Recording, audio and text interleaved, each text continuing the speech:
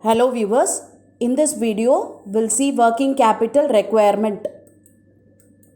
This is the format of working capital requirement. First we have to start with the current assets, and here the current assets we have is stock, debtors. Okay, if we add this current asset we'll get gross working capital, and with that gross working capital we have to subtract the current liabilities. Current liabilities, here we have creditors and outstanding expenses. Okay, if we subtract this current liability, we'll get net working capital. And with this net working capital, we have to add the contingency.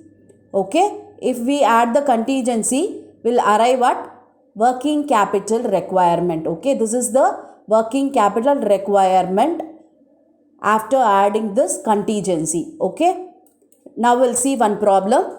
Ms. M Limited is engaged in large-scale customer retailing. From the following information, you are required to forecast its working capital requirements for the year 2005-2006. Projected net sales rupees 65 lakhs. Percentage of net profit on cost of sales 20%.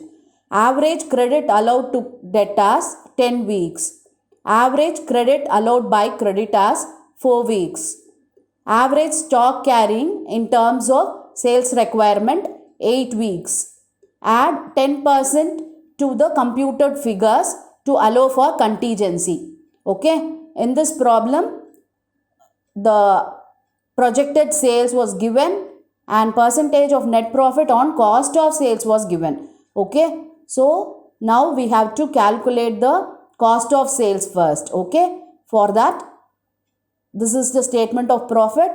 Cost of sales we have to take it as 100% because the percentage of net profit on cost of sales was given. Okay, so we have to take the cost of sales as 100% and net profit is 20%.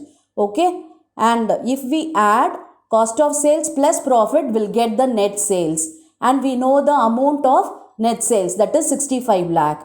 Okay, if we add this to the net sales is 120%. Okay, using this we can find out the profit. Okay, see, just a cross multiplication, the 120% value is 65 lakh, then we can find out the 20%. Okay, if we apply in this manner, we'll get the profit as 10,83,333. Okay, if we got this profit, we can just subtract this net sales and profit, will get the cost of sales. Okay, cost of sales is 54,16,667. Okay, I'll tell you the percentage of net profit on cost of sales was given.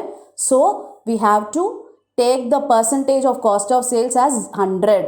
Okay, and the net profit was 20. So we have to add it here. See, cost of sales plus profit will gives you net sales. So 100 plus 20 will get 120. And the value of 120 is 65 lakh. So you can easily find out the value of 20%. It is 10,83,333. If we subtract this from the 65 lakh, we'll get the cost of sales. Okay. Using this cost of sales, we have to find out the stock, debtors and creditors. Okay. The first one will write the stock. Okay, this is cost of sales. In that 8 week is the lagging period. So 8 divided by number of weeks in a year is 52 weeks. So 8 divided by 52 will get stock value 8,33,333. Okay, similarly we have to do it for this debtors. Okay, average credit allowed to debtors is 10 weeks. So debtors equal to cost of sales into 10 divided by 52 will get 10,41,667. Okay, if we add this to, we'll get a gross working capital. Okay, with this gross working capital we have to subtract the current liabilities. In that creditors we have, and the period allowed is average credit allowed by creditors is 4 weeks. So cost of sales into 4 divided by 52 will get 4,16,667. Okay, if we subtract this, will get net working capital. Okay, and here add 10% to computed figures to allow for contingency. 10% for contingency was given. So in this figure we have to calculate the 10%. Okay, and this is the contingency. Okay, if we add this, we'll get working capital requirement.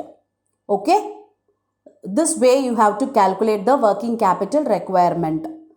And this kind of problem will be asked in 5-mark questions. Okay, I hope now you are clear to calculate this working capital requirement. And I have given you a small problem for you to practice. Thank you for your patient listening.